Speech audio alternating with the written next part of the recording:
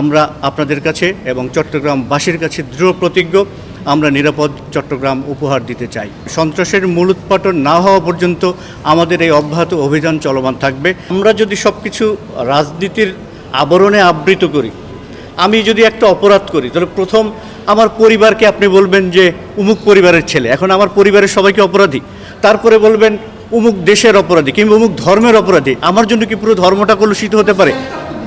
আমি বলি, let me finish, আমার জন্য কি পুরো ধর্ম যাচ্ছে? আমার জন্য কি পুরো দেশটা কলুষিত হচ্ছে? না, তা না। এখন শেল্টার দিচ্ছে রাজনীতিবিদের কাছে যদি কোনো ব্যক্তি অপরাধী যায়, রাজনীতিবিদ তাকে কতটুকু জানে, চিনে এবং তার অপকর্মটা কতটুকু প্রশ্রয় দেয় সেইটা হচ্ছে বিবেচ্য বিষয়।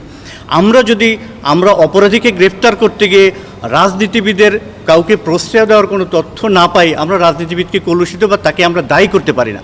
আমরা যদি কোনোভাবে কারো সংশ্লিষ্টতা পাই যে উমুকের পুরোপুরি সংশ্লিষ্টতা কিংবা তার অভিভাবকত্বে কেউ রাজনীতি করছে, আমরা আপনাদেরকে আশ্বাস দিতে চাই আমরা তাদেরকেও আইনের আওতায় নিয়ে আসতে বদ্ধপরিকর। কখনো পরিকল্পিত অভিযান হয়, প্ল্যান্ড অপারেশন হয়, সাডেন অপারেশন হয়, অ্যান্ড যে আকস্মিক যেটা হয় যে মানুষকে চমৎকৃত করে দেওয়ার মতো যে অপারেশন, সেটা হয়ে থাকে। এই তিন ধরনের সাধারণত অভিযান হয়ে থাকে। আমরা গতকাল যে অভিযানটা করেছি এটা একটা সাডেন অপারেশন। এটা পরিকল্পিতভাবে করা না যে আমরা এখান থেকে এরকম করব।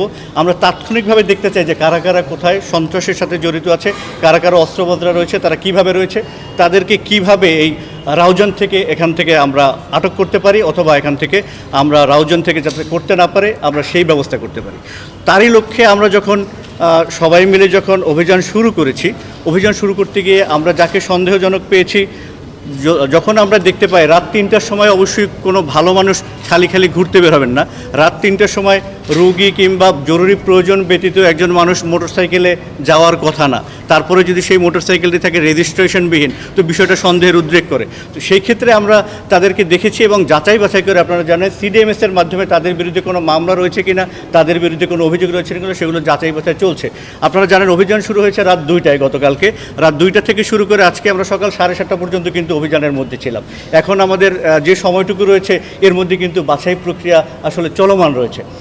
আপনাকে আরও পরে আমরা এই বিষয়ে পুরোপুরি দিতে পারবো যে কোনো সন্দিগ্ধ কিংবা খুনের সাথে সম্পৃক্ত কোনো ব্যক্তি যাবৎ গ্রেপ্তার হয়েছে কিনা।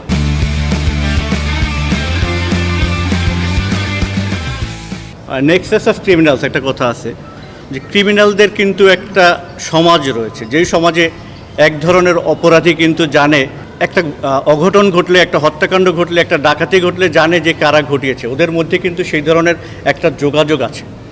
যদি জেলখানাকে আপনি মনে করেন, জেলখানায় যখন অপরাধীরা চলে যায়, জেলখানায় অপরাধীরা গিয়ে তারা নিজেরা যে কথা বলে, তারা নিজেরা যে পরিকল্পনা করে, ওইখান থেকে কিন্তু অনেক অপরাধের উৎস সম্পর্কে জানা যায়। জেলখানায় কিন্তু ওরা যখন আলোচনা করে তখন জানা যায়। এখন আন্ডারওয়ার্ল্ডের মধ্যে বা এইখানে যারা দেশের বাইরে থেকে একটা বড় অংশকে আমরা দেখি বিদেশি নাম্বার ব্যবহার করে নিজের পরিচয় গোপন করে তারা বিদেশি নাম্বার থেকে কিন্তু বিভিন্ন ব্যক্তিকে থ্রেট দিচ্ছে। কোথাও কখনো বড় সাজ্জাদের কথা বলা হচ্ছে, কখনো রায়হানের কথা বলা হচ্ছে, কখনো তারা বিভিন্নভাবে থ্রেট দিচ্ছে, এইটা করেছি, এইটা করব। এই বিষয়গুলো সবসময় আমরা পরীক্ষা করার আগেই কিন্তু আমরা গুরুত্ব সহকারে গ্রহণ করে থাকি। যখন একটা ব্যক্তিকে যখন মৃত্যু বা হত্যার হুমকি দেওয়া হয়, আমাদের কিন্তু তখন পরীক্ষার বিষয় ভাবার না যে এই বিষয়টা সত্যি কিনা, আমাদেরকে কিন্তু ঝাঁপিয়ে পড়তে হয় আসামিকে কীভাবে গ্রেপ্তার করতে হবে। আমরা কিন্তু সেই প্রক্রিয়ার মধ্যে রয়েছি।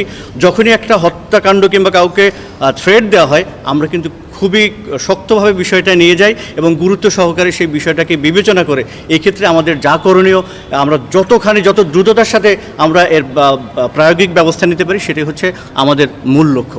সেই লক্ষ্যে আমরা কাজ করে যাচ্ছি।